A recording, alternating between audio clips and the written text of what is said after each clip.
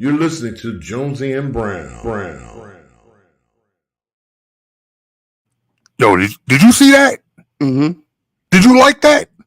That was cool.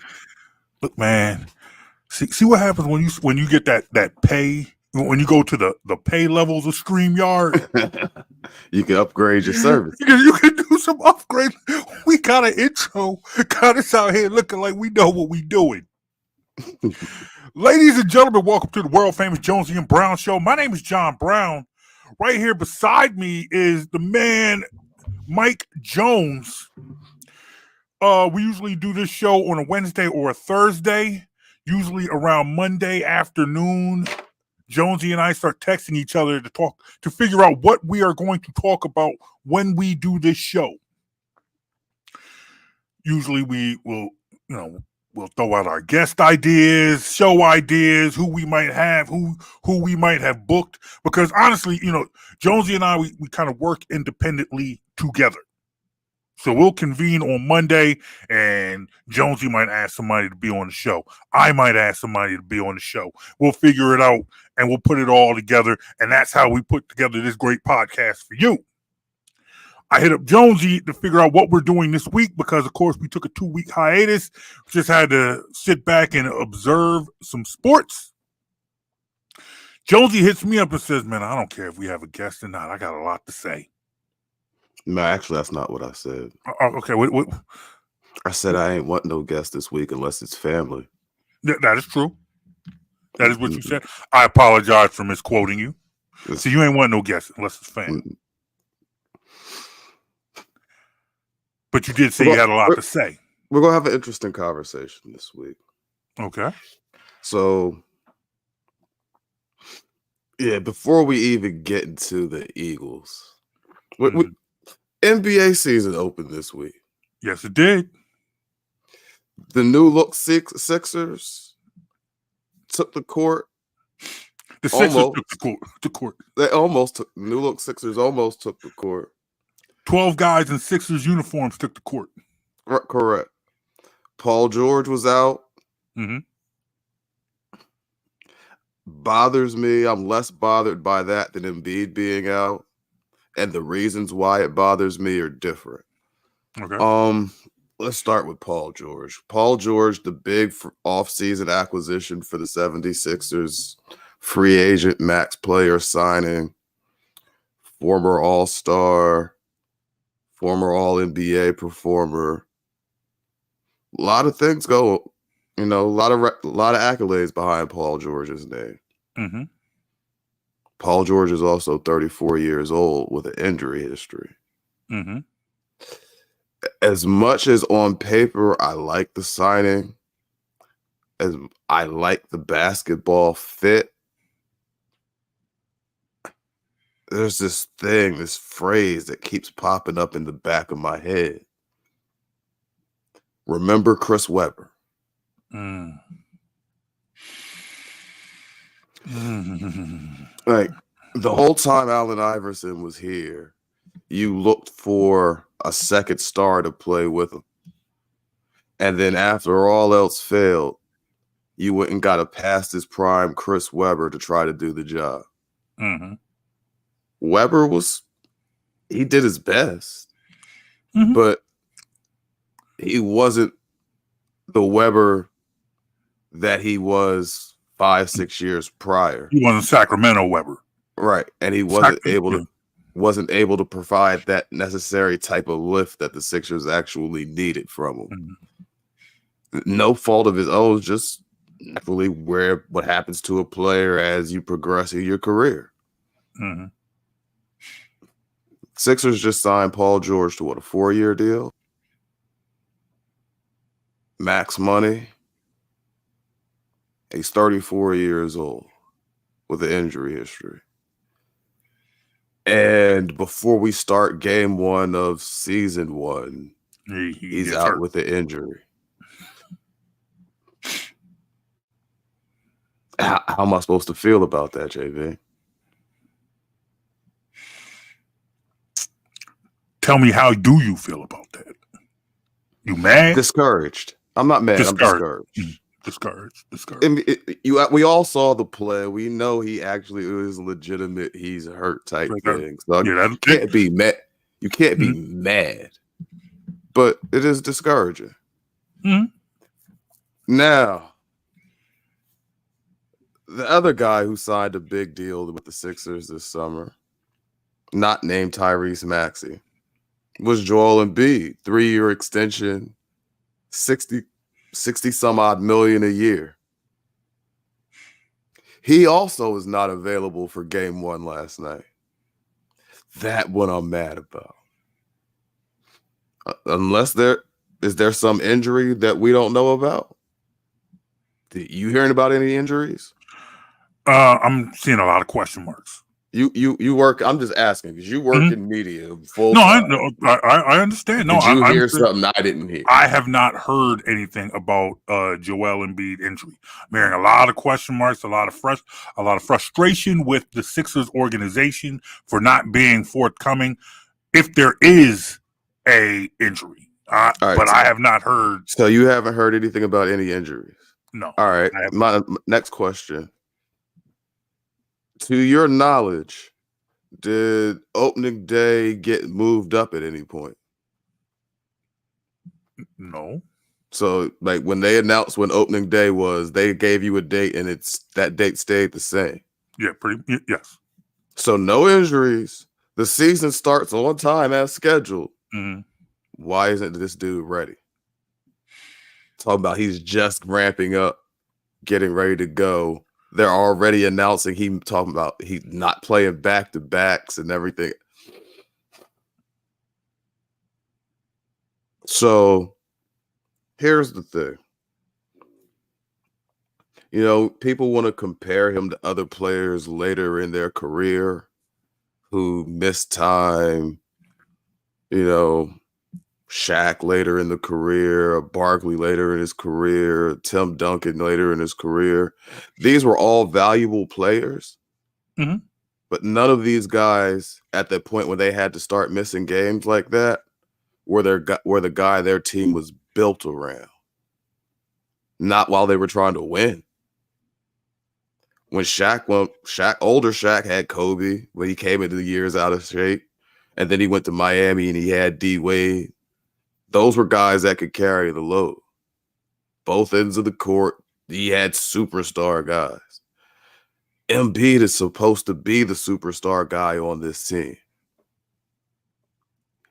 But they got to keep you in a glass case and play without you.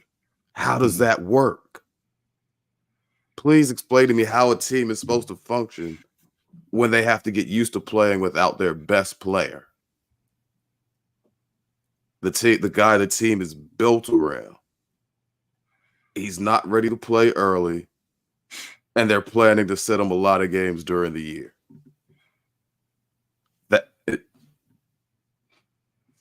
I don't even want to say what I'm thinking. Go ahead, no, say it, man. Nah, I don't want to say it. I don't even want to say what I'm thinking right now. But it starts with the letter T and ends with raid.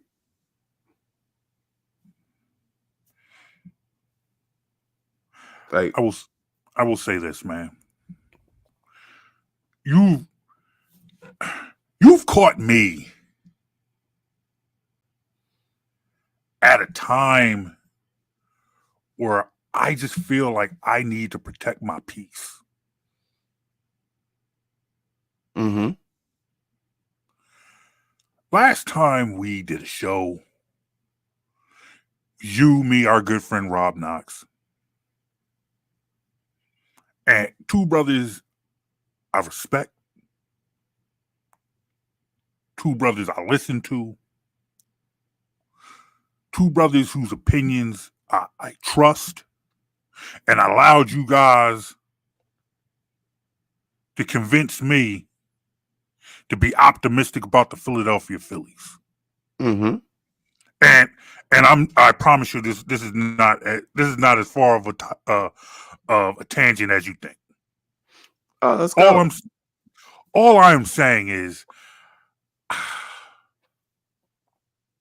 after the way this Philly season, the Philly season ended. Mm-hmm. Given the up and down nature, and I understand that they're on a 2-game winning streak, but we'll get into them later. But Oh yeah, we're given the definitely way, gonna talk about them. given the way this Eagles season has gone, Mm-hmm. I am telling you that I do not have it in me to be frustrated with the Philadelphia 76ers for 82 straight games. So what's the And alternative? Are you happy with what they're doing? no, what I am saying is I don't think that necessarily if you're not angry, that means you have to be happy. The way I look at Joel Embiid right now, I look at it like this. This does not upset me. I am not angered by this.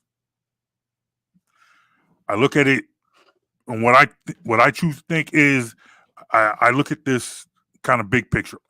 Mm-hmm.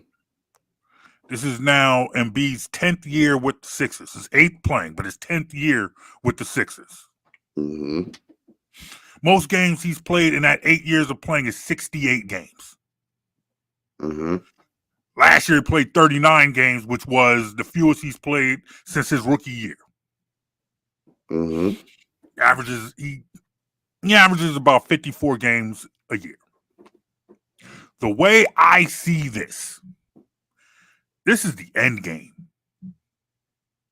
with Embiid. How old is Joel Embiid? Joel Embiid is 29 years old. So if we're talking end game for a 29-year-old, why we just give him a 3-year extension? This is what I'm saying. If this is it, I feel like this is the last ditch effort to preserve him. I get what you're saying. Yeah. My question is if what you're saying is accurate, and you have to take these steps with a 29-year-old who's in his basketball prime, why are you giving him an extension? I feel like this at this point in time, this is an effort to protect this investment because we have seen what you get when he's playing at his best. But what I'm saying is if you have to take these steps to protect the investment, it's a bad investment. Okay, but it's not my investment to make. The fact still remains is they've made this investment. This is what they have. What's done is done. He's got his money. His name is on the contract. So now this is the steps that they're taking. And I feel like if this is the last ditch effort, if this does not work, if you're taking out the precautions to protect this man, and at this point, then yes, now let me finish. I sat back. Let me finish. If this does not work, because when you look at it, this is fine. You look at what they have done. They have given this man his money. Mm-hmm. He now has the best drafted player of his era. He has Tyrese Maxey.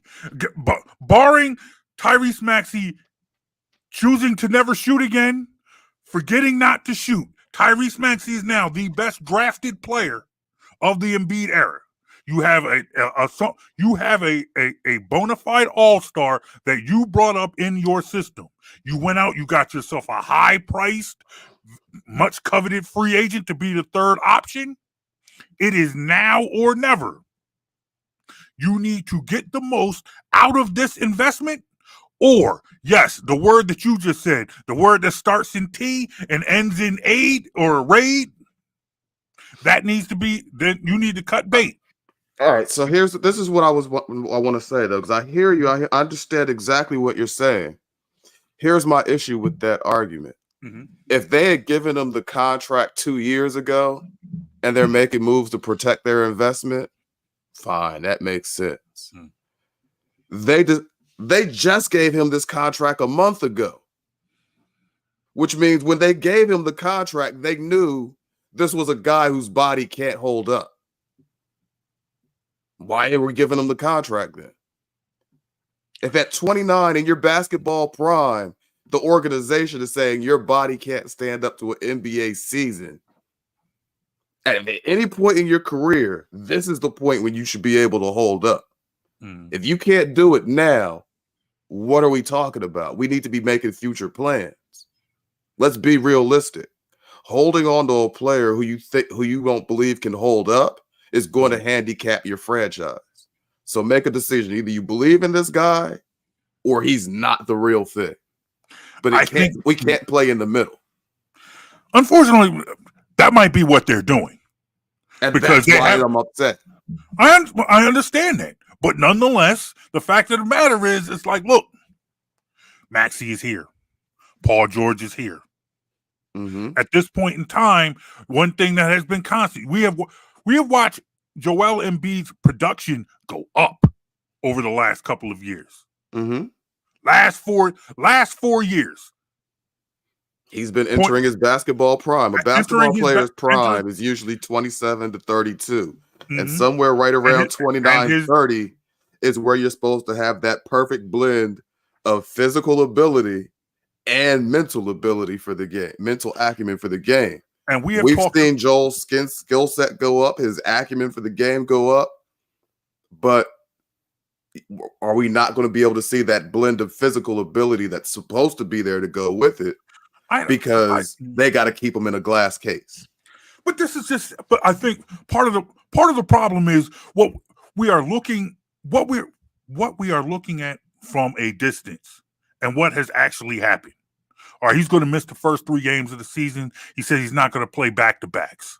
Mm-hmm. To me, I'm saying personally, when I heard that did not bother me as much as it bothered a lot of people. One, because the NBA plays less back-to-backs than it has in a long time.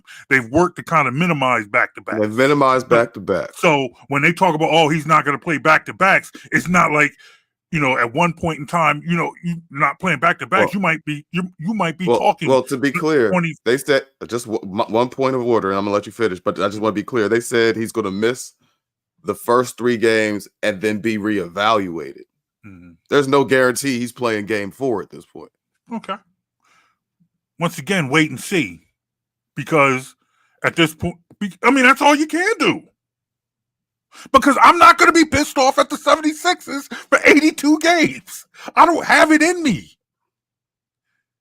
I can't be pissed at this team all season. And I'm not the type of person that just says, you know what, I'm out on any team. Any team that I can't do that. I can't be pissed off all season. I got to protect my peace, man. I got to protect my mental. But however, the point that I want to make is that when you look at what he has been able to give you, this is he averages about 54 games a year. Mm-hmm. Most he's played is 68. Mm-hmm. Depending on how long he's out. And right now they're saying 3 games, then we'll evaluate. Okay, we'll see. And maybe my patience will wear thin if this lasts longer than these first 3 games. If we're talking a month, 2 months, then you know what? My attitude might change. But as of now, after game 1 of 81, I'm not pissed yet. But my question, why are you not ready? Give me, other than an injury, give me a valid reason for a professional athlete to not be ready for the start of the season. Honestly, I don't know. Because I hear I'm not saying you know what this. I'm not. No. Let me answer your question because I've heard the word and forgive me for my unpreparedness because I have the article upstairs. I was reading Marcus Hayes' article in the Daily News, mm-hmm. and I heard about conditioning. Mm-hmm. I heard the word conditioning and unpreparedness. And you and I have had this conversation before about Joel Embiid's conditioning because I keep hearing about it every year because I feel like he'll come into the season and on one hand I'll hear, hey man, he looks to be in the best shape of his life. He looks slender. He looks fit. And then maybe a week and a half later, oh my God, Joel Embiid's out. Like, what is he doing from week to week? Does he come into training camp after a summer of just hanging and banging, just in the gym, lifting weights, get to training camp and eat nothing but Twinkies for 2 weeks? I don't understand. He played the entire summer. He played the entire summer on Team USA. Did he look out of shape in the Olympics? Yes. Do you That think? was the honestly, I felt like that was the biggest struggle with him trying to get minutes and fit in with that team. Outside of that game where he had the matchup against another real big with Joker, he struggled to keep up with the pace out there. So that was the one thing I was hoping the Olympics would have done for him, was force him to learn to play faster. The one thing I always complain about Embiid is that he doesn't run end to end. The one thing I was hoping he would have done this summer was take that opportunity working with these other great talents and realize that was something he needed to add to his game. Remember Carmelo Anthony in his career? You know what the best years he used to have in his career were?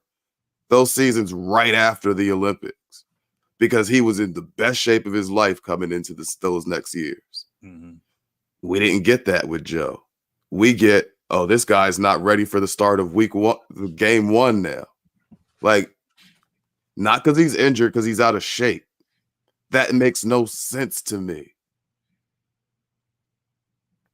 Then that's it. If that is the case, and you are in a different place than me, then yeah, you get to a point as a fan where you get tired of fighting the narrative. Like, I've always been a person that said you try everything that you can to get the most out of your superstar. But sometimes you get to a point where a superstar has just had its run. He's had their run. And it's time to move on. And it's not a superstar player, successful coach, successful manager, whatever. You get to a point where it's like, all right, you know what? Doesn't mean you're a bad player. Doesn't mean you're a bad like, even to this day, I still think it was the right move for the Eagles to move on from Andy Reid when they did. Great example. I'm there with you. Great Completely run agree. in Philly. Great but example. It was time. Great it was example. probably it was time for a new voice in Philly, and Andy Reid was probably needed a change of scenery as well. Exactly. And at this point, both because people try to say well people try to throw that in our faces now. Like when you see Andy Reid's success with the Chiefs, I bet y'all wish y'all still had him in Philly. No, I'm happy for his success. Yeah, I got no beef with Andy. I got no beef with Andy. I don't hate him. His run here was great. But at the time, when the move was made, it felt like the right thing to do. It was just time. Nobody thought Andy was a terrible coach at the time. We just felt it was time for a new voice. At the time the Eagles got rid of Andy Reid, he had brought us the most successful era of Eagles football that you and I had ever seen. That the franchise had ever seen. Yes. He was the bare minimum in the Super Bowl era. Yes. So when it was time to go, there was, yes, you could say, hey, man, this coach has won a lot of games for us. But at this point, if y'all want to move on, ain't much more I could say. All right. Ain't much more I could do. Same with those that 07 to 2012 Phillies. Like J-Roll. Great run. Like Big Piece. Like Chase Utley. But you know what? Hey, at the end, it was time to break it up. It was time to move on. So I'm at the point where it's like, you know what? Let's see where this go. Let's see where this is with Joel Embiid. But at this point in time, if somebody like a Mike Jones comes to me and says, you know what? I've had it with him because once again, he's out of shape. Once again, they're taking, he's not doing. This is what I'm going to do. Not argue. If it's time to move on from Joel Embiid, then hey. And I'm not going that far yet, but it feels like the organization is trying to play in the gray area where, and that's uncomfortable. Gray area is uncomfortable for me. I feel like, do we really believe in this guy? Do we believe he can carry this team, or are we just trying to sell tickets? I feel like it's now or never, because if it's time to move on, fact of the matter is, wherever it's going to be, y'all got a brand new arena opening up in about 5 years, and you don't want to put no crap team in it. So if you're going to blow this up, No, if you're going to blow this up, you have between now and then to now and within the next 5 years Mm-hmm. to find a new superstar. So if you're going to blow it up, the time to do it would be between now and next season. Okay. Which is why we're having these conversations starting now. Yes. Because we're reaching that point where hard decisions have to be made. You got to make real evaluations. And I think winning a championship would garnish you a couple of years of leeway, whereas you might be more willing to accept a bad franchise 5 years from now if within that 5 years you win a championship. Absolutely. However, if you're not going to win a championship, I feel like it is now or never. So and I have gone on record on this show as saying that when it comes time to blow this up, I want the whole thing blown up. So let me ask you a question. I want everybody going.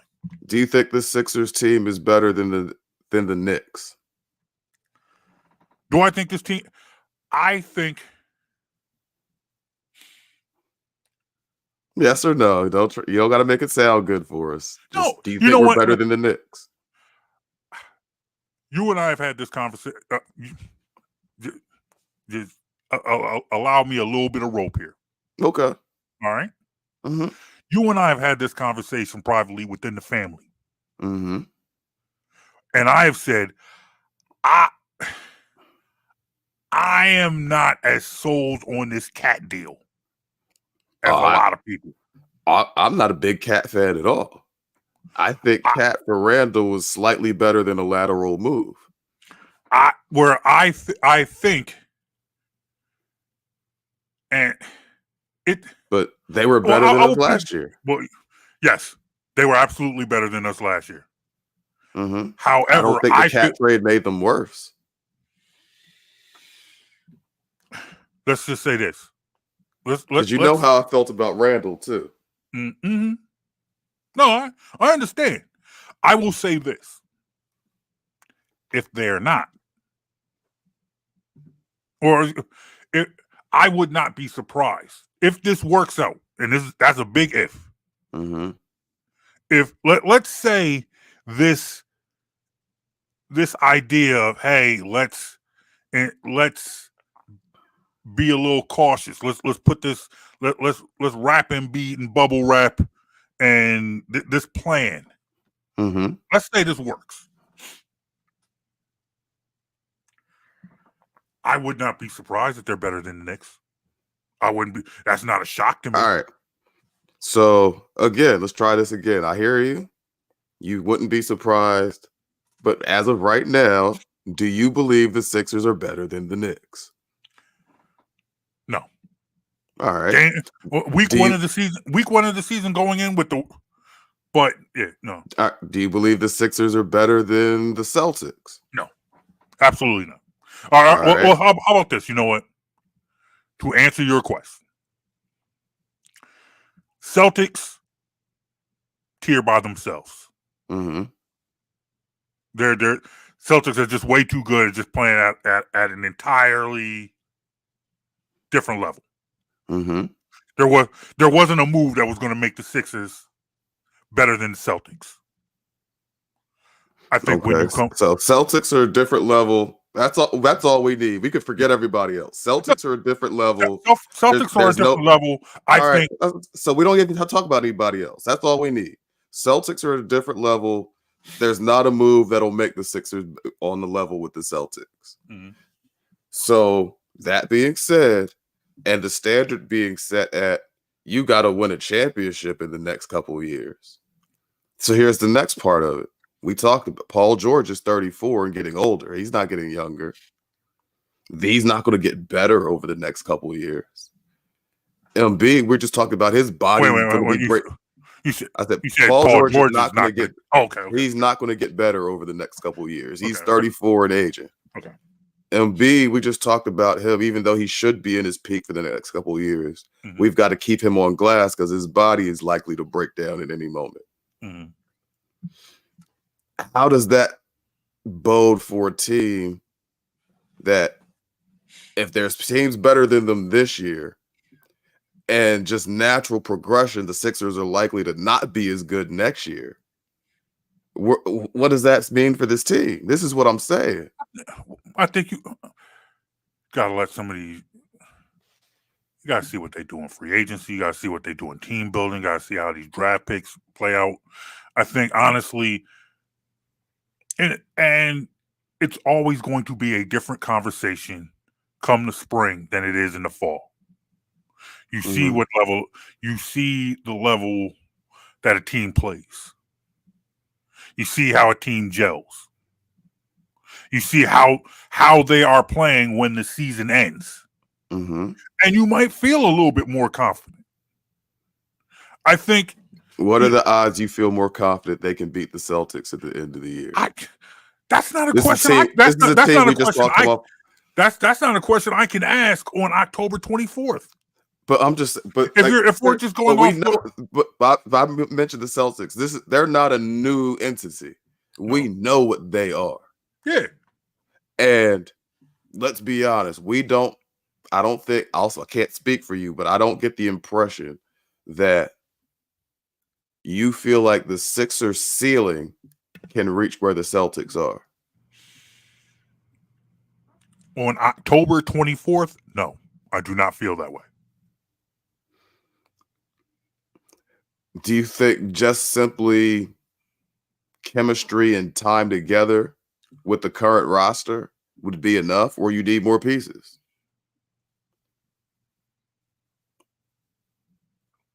I don't think that's a question you can answer on October 24th. I think it is.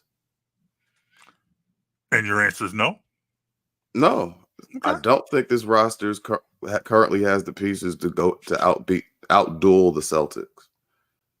Celtics, as much as I hate them, that roster, that starting five is extremely balanced. Yeah. The Sixers were better than they were last year. You still don't have an instinctive playmaker on the court. You don't have someone who could defend the point at a high level. Paul George used to be a high-level wing defender, but again, he's 34. That defense is going to decline. Mm-hmm. So we got to wait and see what we get with that.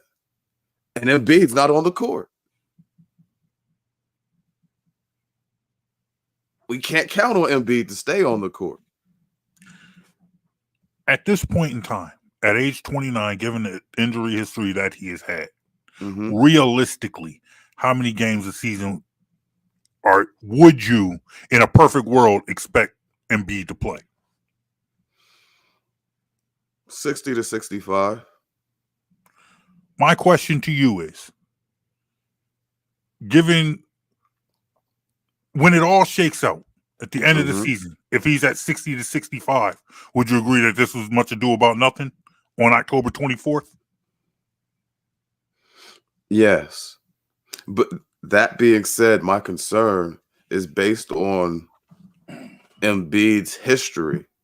Mm-hmm. His history says that him missing games this early in the year means the odds of him getting to 60 to 65 games are real low. Mm. That's what his history says. I believe, and this is a point I was gonna make earlier when he said that he was not playing in back-to-backs. Mm-hmm. I felt like, one, it didn't bother me because there aren't as many back-to-backs as there used to be. And I thought that if we get into the Februarys, the Marches, and the early Aprils, if they're in a dog race and they need him to play a back-to-back, he would. I don't think, like, if you're in a situation where you're a game or so out of a home court advantage, or you're playing for the 2 seed, and you're playing a back, you need a win, and you're facing a back-to-back. I don't see Embiid sitting. Like, oh, well, what we gonna do? Now, maybe I might be wrong, but I'm saying when I first heard this, I'm like, all right, so he won't play back-to-backs, not as many, and if we come to a situation where we need him to play a back-to-back, if he's missed the last 4, 5, 6, 7 back-to-backs, and we need him tonight. What if they don't play him in that back-to-back either? Because the word is they're not playing him in any back-to-back. Yeah, I mean, not honestly. I mean, that's a bridge I'll cross when I get there. But you know what? But I'm thinking early. But when they say these things publicly, it gets us to that bridge faster. If Embiid, the team, whoever, if they stay quiet, nobody says anything about he's going to be missing all these games.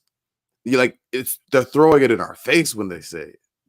Yeah, but I think it also in this world of narratives, and I understand the narrative that has been created by him saying in October, I'm not playing back-to-backs for the rest of my career. I understand what that's saying. Mm-hmm. And that's not good. But I think what then it turns into, if you get to March, going into April. He's already laid the groundwork. He's not playing. And he then turns around and plays. Look at this warrior. Look at him willing himself to get his team, to put his team on. And you, Mike Jones, drinking your drink, the constant cynic that you are, you will do exactly what you did. You will sit back and you will see. Talking about warrior. Come on, man. Made me pull out my headset. The warrior that he is. Look at this man willing his team into a playoff. Willing his team. Look at this man forcing himself into the game when you know he's beat up. It's been a few years since the league has reduced the number of back-to-backs, right? Mm-hmm. How many games he played last year? Played 39. So a reduced number of back-to-backs does not guarantee that he even plays half the season. Ask that question. I said, so the fact that the league has a reduced number of back-to-backs does not guarantee he gets anywhere near 60, 65 games. No. Well, I think it honestly. He's got the 65 games twice in his career.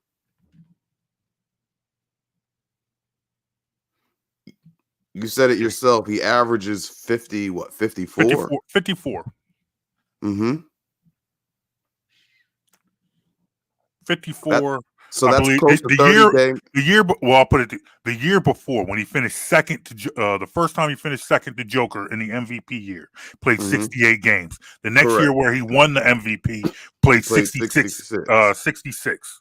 And those were the two most games played in any seasons of his career, two highest total game played totals in his career.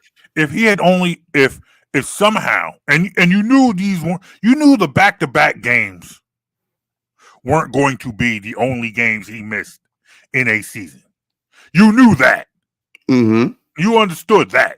You go into this, you understood that. But had he only missed the back-to-back games, that puts you around 65 games. Correct. But you know he's going to miss others. Mm. So if I will put it to you like this. If we are talking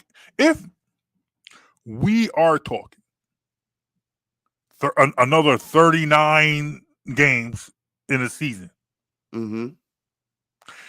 and he is once again limping into the playoffs, then at this point, I've said all I can to at that point, because like I said, I told you I don't have it in me to be angry at the Sixers all season long.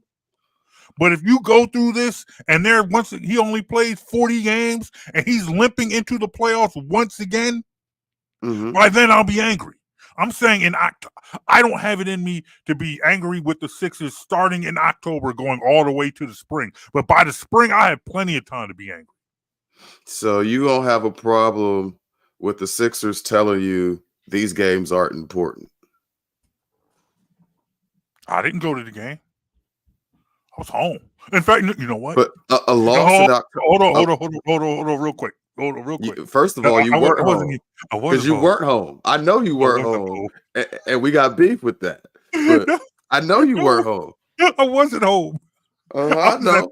I was at the. I was going to let you slide. No. I was going to let it slide. No, I'll put it out. I'll put it out there. Half hour after the game started. You're right.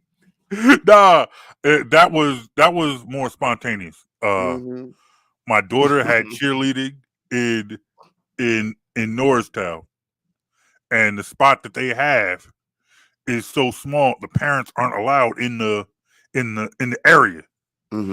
So like my wife, you know, she when she drops baby girl off, she just sits in the car and just chills and does whatever, you know, run an errand. I'm like, 6 is about to start. I'm not gonna listen to the game on the radio or watch it on my phone when the spot is about 10 minutes away. So I went to the spot. I went to the spot, watched the pregame show in the first quarter of the game. Okay. By the end of the first quarter, cigar was done. Went picked up baby girl, and I was home by halftime. Okay. So I did not watch. I'll let you go then. So you were doing parenting. You were on a parenting mission. So I was on a parenting mission. Yeah, exactly. No, man, you my man 50 grand. I wouldn't do you. I would not do you like that. I absolutely would not do you like that, man. But JB. Yes. This has been fun, but we got to change gears a little bit. Okay. We went a little longer in the Sixers talk than I had originally planned, but you know, I was mad. No, I understand. And I am not. There have been times when you have been mad, and vice versa, where I have disagreed with you being mad. It felt like you didn't have a reason to be mad, and vice versa. There have been things that have bothered me, things that have made me mad that you have presented a different opinion of, or felt like you just did not share my sentiment. I am saying I just don't have it in me to share your sentiment. I am not saying that you are wrong. Oh, I know. I'm just saying I can't do it, bro. I can't do it, man. I'm pissed off at the Phillies. It's not like the Eagles are bringing me that much joy. Let's talk about them. Let's talk about them. Let's talk about them. 2-game winning streak. So that is first the good. Of all, shout out to the young defense. Yes.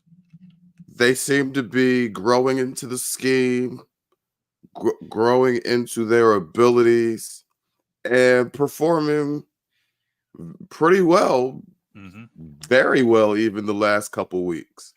We saw Bryce Huff sighting. Seeing these young bulls eating in the defensive backfield. Cooper DeJean, Quinyon Mitchell looking like real good draft picks. Yes. Nolan Smith, Bryce Huff showing up on the stat sheet. If those guys can make their presence felt off the edge, this defense can really go places. Like, I'm liking what I'm seeing from this defensive group the last few weeks. Early in the year, they struggled, but we said that was the side of the ball where we really thought there was room for growth with them being so young and having a new coordinator. And it looks like that's panning out. I am happy with what I'm seeing from the defense. Yes.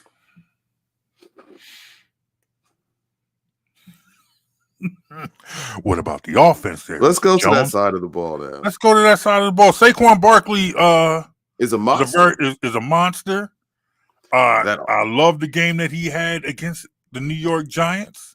There's some real goons on that O-line. Those offensive weapons you got, those are some real playmakers. You saw how.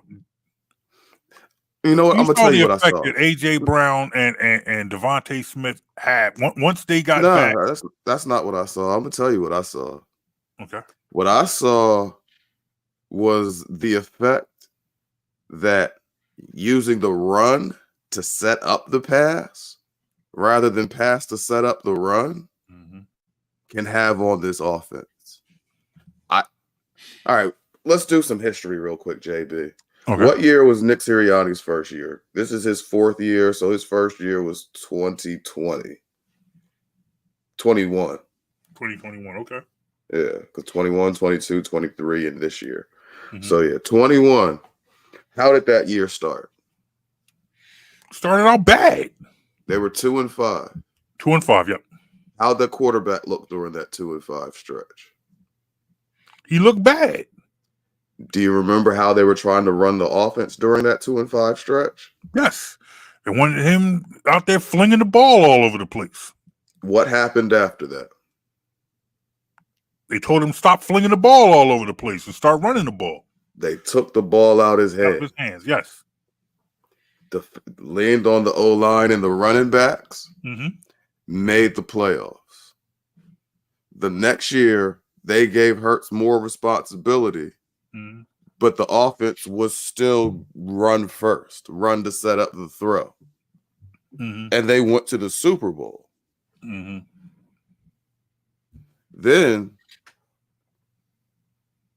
what happened last year and start of this year? They gave Hurts the contract. Mm-hmm. They didn't abandon the run, but they became a team that passed to set up the run rather than running to set up the pass. Mm-hmm. And they struggled. The offense looked disjointed, Mm-hmm. uncohesive, and they hadn't beat anyone by double digits in over a year. Which brings us to last week. How many times? Do you know how many times they ran the ball last week? I had it in front of me. I want to say it was 45. It was over 40. Mm-hmm. Saquon had 17. Gainwell had 13.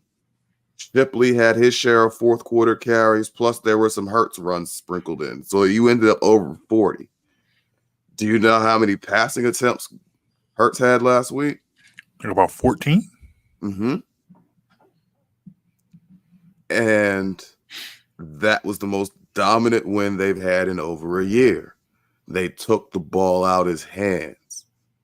A couple weeks ago, we had guests on, and I asked the question, like, at what point do we start the conversation about maybe the quarterback's not that good? Maybe he's not the guy that can carry the offense. Even going back to the Super Bowl year, I was the guy who was saying there were probably 7 to 10 quarterbacks in the league who, if you gave them the Eagles' offensive line, would look just as good, if not better. Now, I'm not the only person that says that. Now people rank Hurts somewhere more like 13th, 14th best quarterback.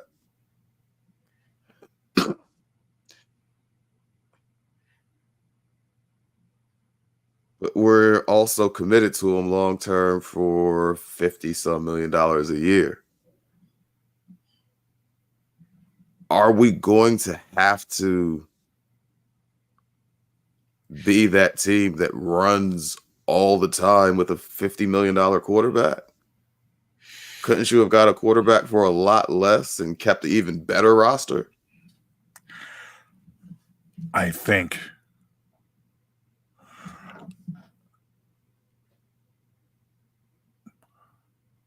you had your questions and you had your misgivings about Jalen Hurts coming into the league, coming into the starting quarterback spot with the Eagles.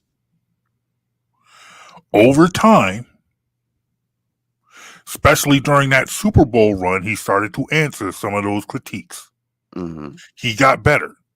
He got better as a quarterback the more they kind of dialed back his role.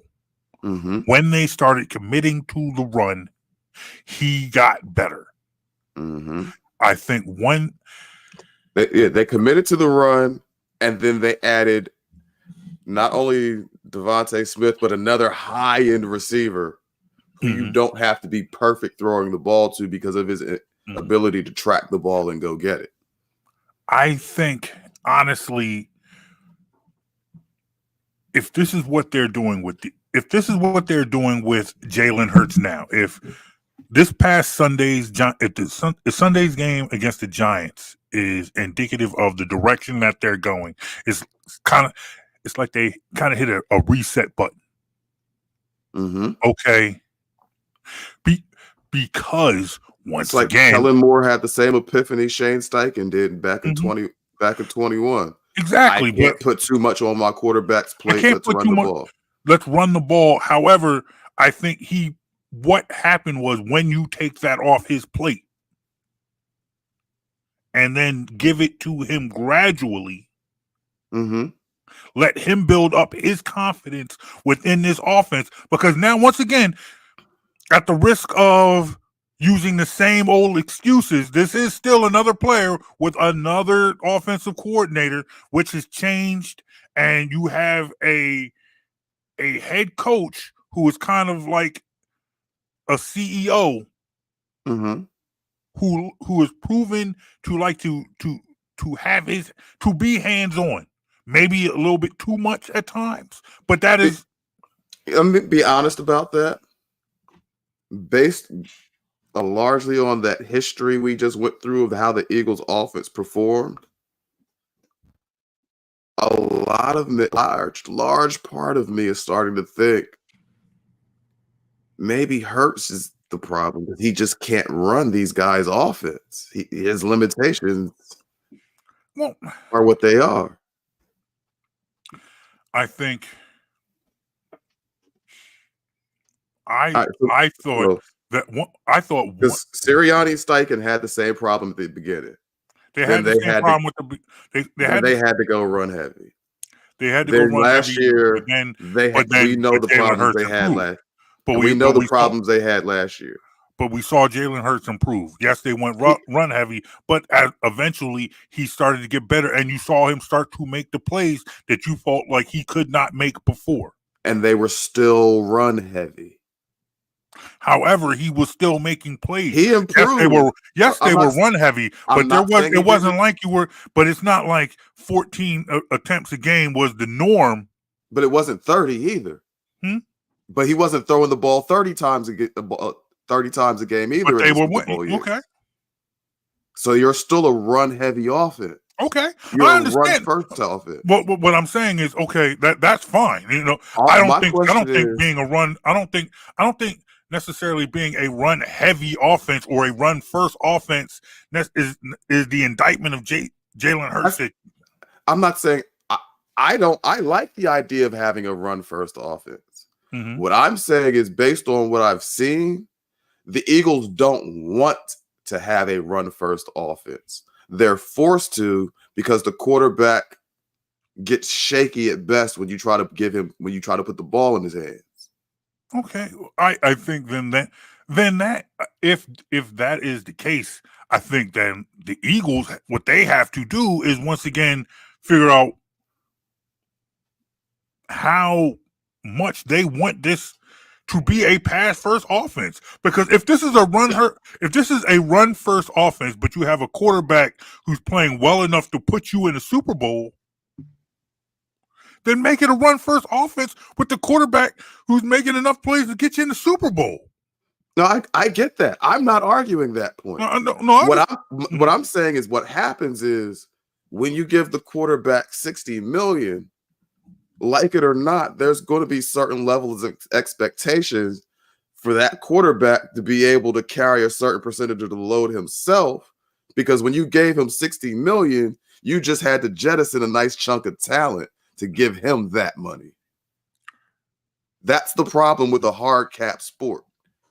Like, if I give you this money, I'm losing talent elsewhere. It's not like baseball where I could say I'm going to pay Trey Turner and I'm going to pay Bryce Harper. You know what, Schwarber, you're good. I'm going to pay you too. You can't do that in football. More money for one guy means less money to spend somewhere else. Full stop. Didn't I tell you I'm not trying to be angry for all this time? You're just going to start bringing up Turner and Schwarber and Bryce Harper right now. I'm not ready for that. I'm still pretty bitter about that. We're talking football, though. Yeah, we are talking football. I feel like if the Eagles are going back to what worked for them, and then allowing Jalen Hurts once again, and I don't know at this point if say hypothetically, let's play the hypothetical game. Let's say they really have figured it out and they have turned it around. I don't know how many teams at this point now are going to be knocking on Kellen Moore's door to be a head coach. Kellen Moore might be. I feel like they have two coordinators who are truly good at being coordinators and are not looking. You knew a guy like Shane Steichen and was looking to move on at some point. Yeah, he was biding his time till that next opening showed up, and he was gone. But it's the same with the defensive coordinator Gannon, scumbag he was, but nonetheless, you knew that. But Fangio ain't looking to be nobody's head coach anytime soon. He's had that experience already. He's had that run. Kellen Moore still might take a job if a job came up, because he hasn't had the chance to do it yet. But Fangio at least is probably going to stick around for a while. This might be Jalen Hurts' best opportunity in his career to have an offensive coordinator 2 years in a row. So if you are going to dial it back, yes, you are into Jalen Hurts for a lot of money. If you are going to dial it back, you do it now with Saquon Barkley as you're growing this offensive line. So maybe down the line, they might try to go back. They might try to sneak in. Hey, let's go back to being that pass happy offense that we want to be. But right now, as he's once again learning a new offense, and maybe it is frustrating to them that they have this quarterback that just can't just pick it up and run. And I don't mean literally, but pick up this offense and just run with it. And run with it, right? Yeah. That it takes this much time to grasp the offensive concept.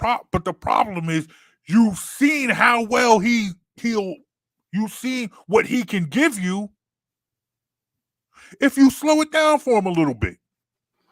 But but even in that Super Bowl year where he was operating at his best and the turnovers were extremely low, so were the touchdowns weren't. It wasn't like he gave you 40 touchdowns that year either. No, but you were still putting him in an MVP conversation. You were, and and hear me out, because what I'm not by any means saying Jalen Hurts is a bum. I'm not saying he's not a dude you can win with. What I'm saying is, once you get the contract as the size that it is, teams, fans, coaches, everyone are looking at you with a certain level of expectation. Like, okay, I need you to be able to carry this part of the load. And to date, Hurts hasn't necessarily shown that he can carry franchise QB portion of the load. I think this team was going to take it 1 week at a time. I think they've come out the box. Yeah, they've taken the first step. The first step is beating up on bad teams.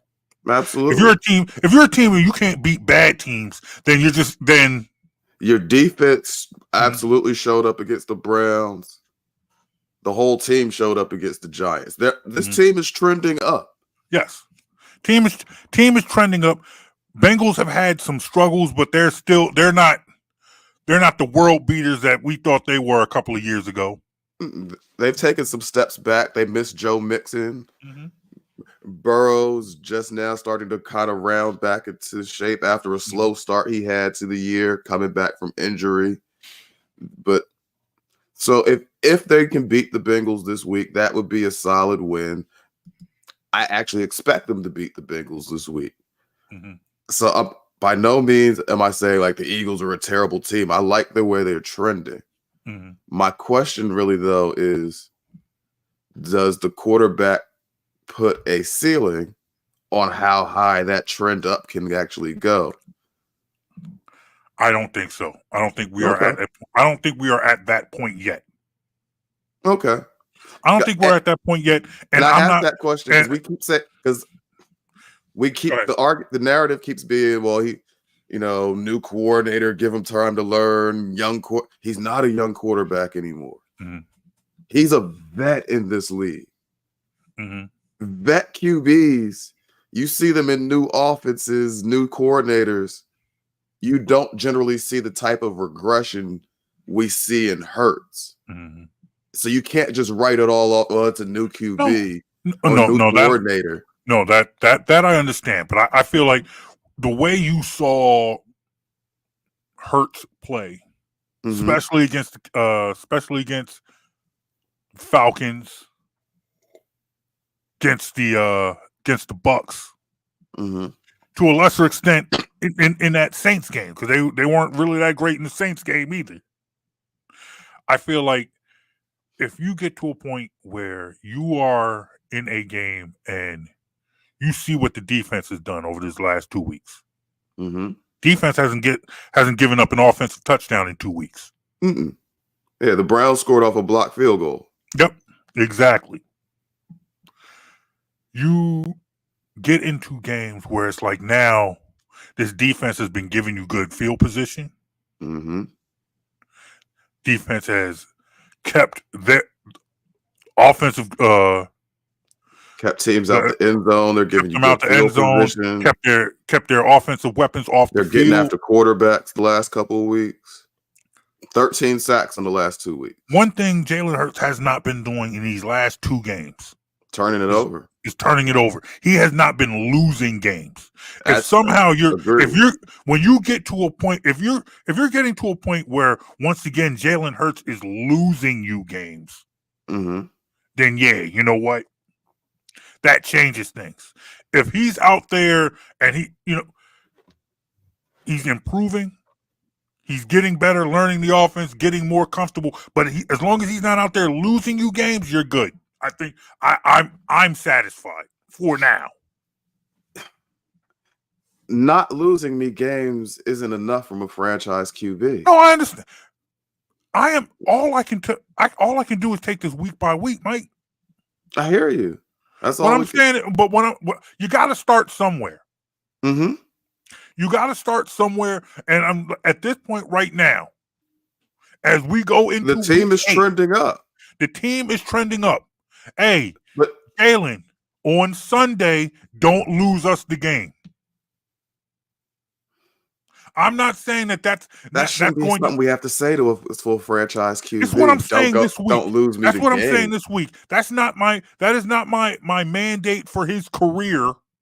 That is not my career assessment. But bare minimum, that's going to be your mandate for at least the first half of this season, because for the year prior to that, he's turned it over more than anybody in the league.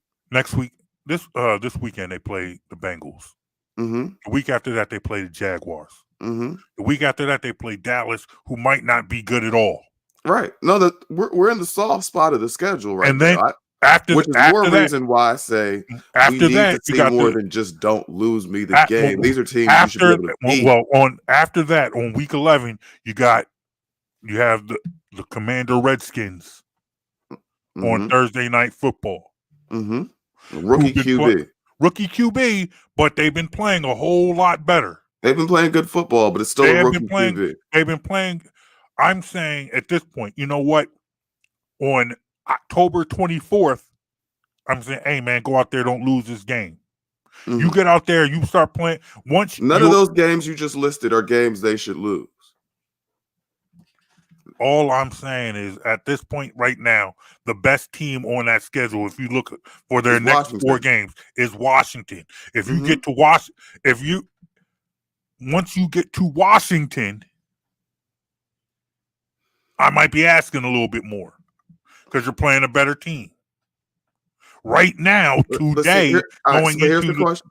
So the next 3 games before Washington, they win all of them. And they play the same style they played the last game, where they had to take the ball out the quarterback's hands to do it. Their wins, they're impressive wins, but it won't make me feel any better about the quarterback. Wins are wins. And I like the wins. I'm not talking about what I'm saying. All I'm saying is it won't make me feel better about the quarterback if they have to take the ball out of his hands to win. I'll put it to you like this. If you don't need the ball in his hands to win, you go out and play. You go out and play like. Say you have 3 straight games like the Giants game.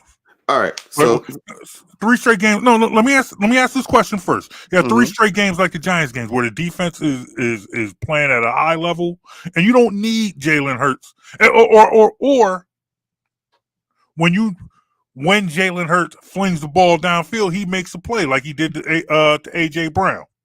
Mm-hmm. Those no interceptions, gives up no fumbles. I hear you, but see, this is what I'm saying. Like, you're saying, well, what if they? There's a difference between not needing a guy to have a big game to win and having to take the ball out of his hands to win. Like, think about old New England, Tom Brady, Bill Belichick. You'd see games where, because of matchups, they might run 30 times, and you saw games where, because of matchups and game plan, Brady might throw 50 times. But at no point, no matter what the game plan was, did you feel like they had to take the ball out of Brady's hands to win. You never felt like Brady was going to lose them a game. I understand that. And what I am over saying the last but just real quick, 'cause I'm done right after this. Over the last, prior to 2 weeks, over the last calendar year, there are a lot of times where you felt like Hurts was the reason you lost with his turnovers. You didn't? Are you saying you did not see that way? No, prior to the last 2 games, for a year, there were plenty of games where I felt like Hurts was the reason they lost. Okay. That's where I see the difference between like not needing a guy and having to take the ball out his hands. Okay. You see what I mean? I understand that, but what I'm saying is, if they can continue to improve, even if they're playing the same way, I think the lines get blurred between playing the best way they can win and taking the ball out of his hands. If they have a formula that's winning, I'm not quite sure you can call that taking the ball out of his hands. But you call it that because that was not their original formula. You know it wasn't their original formula. Their original formula had the quarterback throwing picks and dropping the ball on the turf all the time. He was the reason they were losing, and they did take it out his hands. Okay. So you can't frame it like it was something but I understand, but you could also say that, you know what that was? It was a plan that didn't work, and it might not necessarily have been because of the quarterback. That could have been because you have a head coach the head coach and coordinator never make the quarterback fumble. No, I understand that, but what I'm saying is the head coach and coordinator never make the quarterback miss throws early underneath the quick throws. Because you watch tape, they're there, and he doesn't see them. The coach and quarterback, the coordinator had guys open, and he missed them. I understand that, but what it is also, though, it is the coach that teaches the progression. Where you look first, where are the players' progressions? If the player is open, but if a receiver is open, but the quarterback is looking in the opposite direction because he was taught that this is how your progressions go, then that's part of that is coaching. Part of it's coaching. But when you consistently see the quarterback just won't use certain parts of the field, and you know this is true, he will not use certain parts of the field. I understand that, but however, that's not coaching. You have seen him use them though. When do you see him use the middle of the field? When? What do you mean? You said are you trying to tell me that you have are you trying to tell me that he's never used the middle of the field? Never. Yeah, that's what I'm telling you. Okay, I disagree. We can watch some all 22 tape. We can see what if that's what you're saying. I'm saying I disagree with you. I don't think he's never used. I don't think you can say he's never used the middle of the field. All right, I'd be quite comfortable saying less than 10% of his throws go between the hashes. That's not never. It statistically is never. Okay. It's the large majority of the field where good quarterbacks always find room to work, and he can't use that part of the field. That's where these quick routes and stuff that there, and we wonder why all the routes take so long to develop. We'll go back and watch it. The deep route took long to develop because he missed a quick underneath one. Mm-hmm. He doesn't have the cannon arm to throw the quick out, and he's not looking at the inside part of the field. Whether it's because he's not tall enough in the pocket to see over the line or whatever, he just doesn't use that part of the field. Mm-hmm. So those quick routes, they get missed. And then we say, oh, the coaches took too long to develop, making plays to develop. No, there were other parts of those plays that he just didn't get to. All that stuff has to be considered. I understand that. But like I said, and what you just agreed with, that yes, I'm not saying it is not all coaching. There's enough blame. There's blame to go around. There's coaching and there's a player.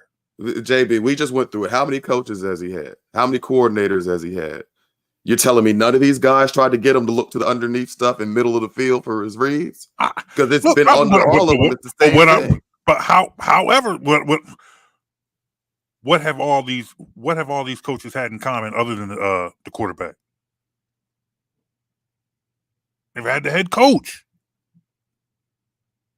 Okay. So what I'm saying is that apparently there's some in his progressions that he's not looking in that direction. So when Sirianni was an offensive coordinator, you don't think his quarterbacks use the middle of the field? I don't because you're framing it like the coach is not telling. No, I'm not framing it. All I have said is like, look, you know what? I have not absolved Jalen Hurts of any accountability. Yes, I'm not absolving him. I'm not giving him a pass. You're acting like I'm saying, nah, man, it's not Jalen Hurts' fault. I'm just saying that Jalen Hurts might not be the only factor in this problem. And I'm saying that, hey, you know what? If dialing it back gets him on track and helps him get to a point where, yes, he can make plays in the middle of the field, then so be it. If you're saying that that's going to take too long for your franchise quarterback, I'm saying, hey, man, you know what? JB, it's year 5. Year 5. I understand that. So are you saying that this year we need to draft another quarterback? You can't because you gave this one bread. Fine. We gave Carson Wentz bread. We still drafted Jalen Hurts. All right. That's fair. We did. But we drafted Jalen Hurts while Carson Wentz was going to the liquor store to cash his check. But my point in all of this is that we tend to give Hurts this pass, especially locally. Like the national media, they're starting to get on him. Locally, we give Hurts this pass. It's Sirianni. It's all the new coordinators. It's everything else. Hurts at some point, it's got to be him. Every coordinator can't be bad. Every coordinator can't be the problem, especially if it's the same problems under every coordinator. At some point, you got to think that's the guy. The common denominator is Hurts. I think this is a city that has always blamed the quarterback. It has always done that. It was before Hurts. It's always been. I didn't always blame the quarterback. I understand you have it all. I blame Chip Kelly. This city has been blaming the quarterback all our lives. And eventually it'll get back to the quarterback. If it truly is the quarterback ain't going to escape. Hasn't been a quarterback that has escaped it yet. There has not been a quarterback that hasn't escaped that has escaped that ridicule and that criticism. They've all faced it. Which And quarterback Hurts was is unfairly criticized? I said, were any of those quarterbacks unfairly criticized? that's not the point. I'm not saying nobody's saying it's unfair now. What I'm saying is he's unfairly shielded from criticism. What I am saying is that his time will come. It's inevitable. It always happens. His right time now, will come. That's fine. Right now, Right now, it feels like he's unfairly shielded from criticism. I don't think he's unfairly shielded. Because anytime this conversation comes up and I want to talk about the quarterback's flaws, oh, well, look at the coordinators, look at the coach, look at Sirianni. It's this dude. It's this dude. Your name is in the title. You could talk about whatever you want with it. It's the Jonesy and Brown show. And I am talking Brown and Brown. Yes. And I am talking about. Have I turned your mic off? All I'm saying is that have I kept you from? This is the Jonesy. JV, this is Mike Jones. I didn't say I don't talk about it.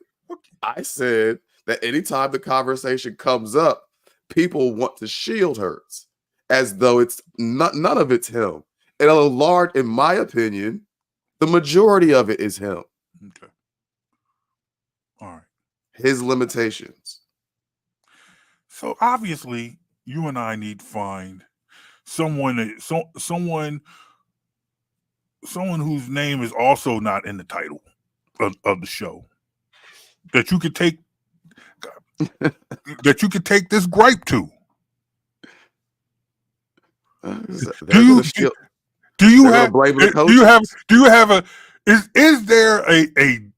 there and I will let me put this to the audience.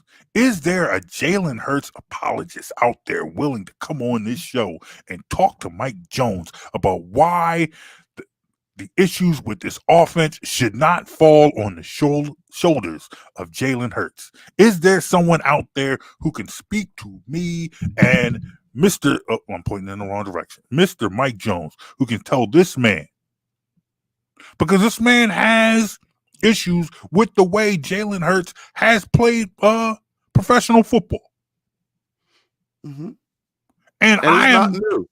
And it's not new. It's not new, and it's not fabricated. He has one thing Mike Jones does not do. Mike Jones is not he doesn't BS. Mike Jones knows his stuff. This is show number 81. Mm-hmm. He said a lot of things. I've disagreed with a lot of things. I've told him I thought he was full of crap. And I've been wrong my fair share of times. And there have been a couple of times when I've told him he was full of crap, and he wasn't necessarily full of crap. I just didn't like what he said. You know, I'm willing to admit that. However, he feels like Jalen Hurts is unfairly shielded. So what I need is one of these shield guys, one of these guys with the shield, one of these guys defending Mr. Jalen Hurts to come over here and tell me why it's not that case, why that's not the case, or why maybe Jalen Hurts does not deserve this criticism. Will that be you? I don't know. Either way, tell us what you think of this podcast. Hit us up on Facebook, Instagram, and Twix at Jonesy and Brown. That's all one word, Jonesy and Brown. Or you can hit us up at BITW Sports. You can subscribe and download this podcast wherever you get your favorite podcast from. You can get a whole list of those places at bitwsports.com. Ladies and gentlemen, this has been the Jonesy and Brown Show. That's Mike Jones. Mike Jones, you got any final thoughts? I got some stuff off my chest today. I feel better. Do you feel better? The hood can come down. Exactly. I needed to vent though. You kicked off the Black Forces. Are you still wearing the Black Forces? I'm good now. I'm in relaxed mode. Oh, I bet he is, because he got something brown in that glass. He got some. Well, you know, and to that point, because you saw the takes that I had today. You were drinking something brown. I'm drinking Kool-Aid today. I am literally drinking Kool-Aid. Whether it's the Sixers Kool-Aid, the Eagles Kool-Aid, the Jalen Hurts You're Kool-Aid. drinking somebody's Kool-Aid. I'm drinking Kool-Aid. It's in my Phillies cup. It's in my Phillies cup because I'm not drinking their Kool-Aid right now. Yeah. But that's a whole other story. See, I feel better now. I'm not going to be angry all season because I vented. I'm not going to be angry all season. By week 2, you're going to be at risk of an ulcer because you're holding it in. That might be the case. Well, that might be the case, but I'll cross that bridge when I get there. Ladies and gentlemen, thank you for watching. Thank you for listening. Thank you for downloading the Jonesy and Brown podcast. That's Mike Jones. I'm John Brown. We'll see you guys whenever we do another show. Peace, y'all. Peace. You're listening to Jonesy and Brown.